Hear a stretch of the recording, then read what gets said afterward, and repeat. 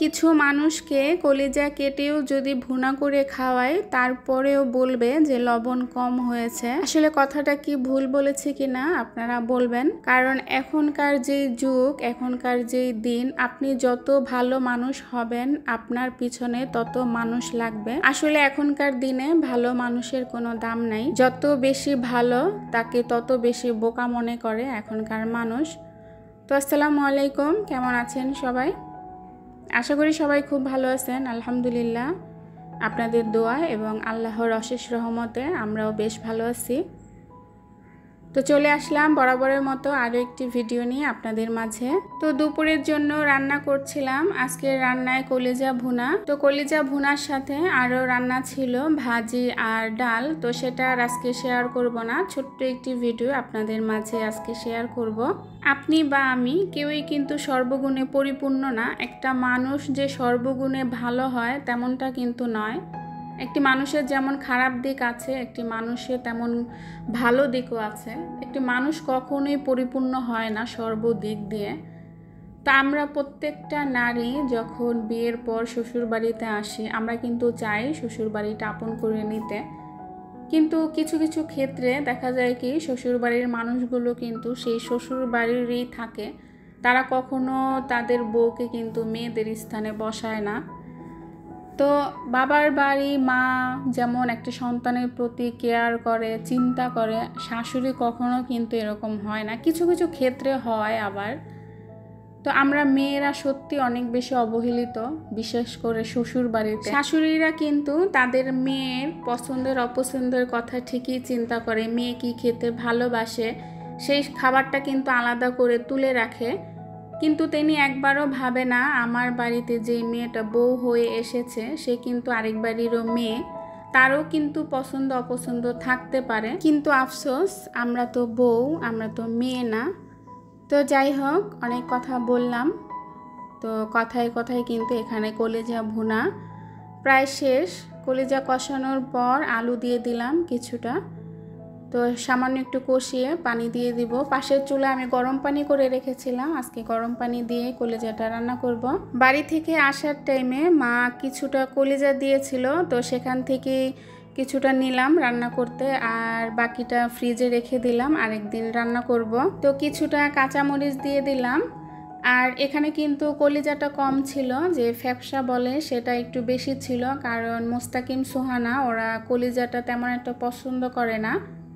তো এই জন্য ফ্যাপসার পরিমাণটা একটু বেশি দিয়েছি আর কলিজার পরিমাণটা একটু কম দিয়েছি। তো কলিজা ভুনা তো তেমন একটা ঝোল থাকে না, তাই আমি সামান্য পরিমাণ পানি দিয়ে দিলাম, যেহেতু ভালো করে কষানো হয়ে গেছে। আর ওই পাশে গরম পানি ছিল, তো সেখান থেকে পরিমাণ মতো পানি দিয়ে দিলাম। তারপরে কিন্তু আমার কলিজা ভুনাটা একদম হয়ে গেছে। এখন একটু জিরা গুঁড়া দিয়ে আমি নামিয়ে নিব। তো কলিজা ভুনা একটু মাখা মাখাই ভালো লাগে।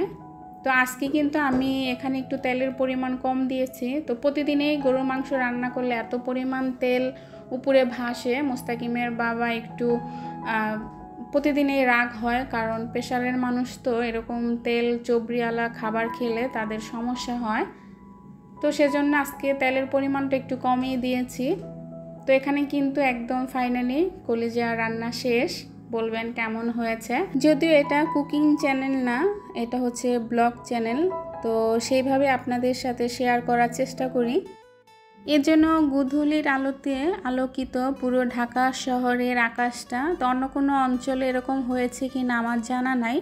হঠাৎ করে মাগরিবের টাইমে মোস্তাকিমে ডাকতেছে, আম্মু দেখে যাও আকাশে কেমন জানি কালার হয়েছে। তো আমি এসে দেখি দুইটি রঙের বর্ণ ধারণ করেছে পুরো আকাশটা। তো এটা আল্লাহর তরফ থেকে কিসের ইঙ্গিত আমাদের জন্য, আসলে আমাদের তো সেটা বোঝার ক্ষমতা নাই, একমাত্র আল্লাহ পাকই বলতে পারবে। তো সবসময় তো আমরা দেখি রংধনু আকাশে 7টি রঙের বর্ণ ধারণ করে, কিন্তু এরকম আকাশ আমি আমার জীবনে কখনো দেখি নাই। জীবনের প্রথম এরকম দৃশ্যের সম্মুখীন হলাম, তবে কিন্তু অনেক বেশি ভালো লাগছিল দেখতে। এটা কিসের ইঙ্গিত একমাত্র আল্লাহ পাক বলতে পারবে, আর বলতে পারবে বড় বড় আলেমরা। তো আমাদের তো এটা বোঝার ক্ষমতা নাই, আমরা শুধু এই দৃশ্যের সম্মুখীন হচ্ছি আর উপভোগ করছিলাম। তো এই সময়টা কিন্তু সত্যিই ভালো লেগেছে। আমি তো প্রথম মনে করেছিলাম যে এটা মনে হয় রংধনু, পরে লক্ষ্য করে দেখলাম যে না, রংধনু তো আর এরকম হয় না। তো শেষমেশ কিন্তু অনেক বেশি ভালো লেগেছে। আর প্রথম আমি একটু ভয়ই পেয়েছিলাম যখন আকাশের কালারটা এরকম হয়েছিল। এই দৃশ্যটা যদি ছাদ থেকে উপভোগ করতে পারতাম তাহলে মনে হয় আরও বেশি ভালো লাগতো। তো আমাদের ছাদটা সবসময় তালা দেওয়া থাকে, তাই আর ছাদে তেমনভাবে যেতে পারি না।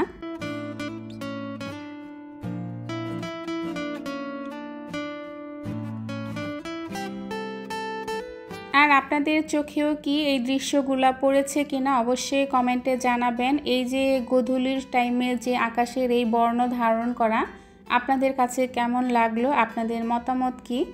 আসলে আমার মতো আপনারাও চিন্তা করেছেন কিনা যে এটা আল্লাহ পাকের তরফ থেকে কোনো কিছুর ইঙ্গিত?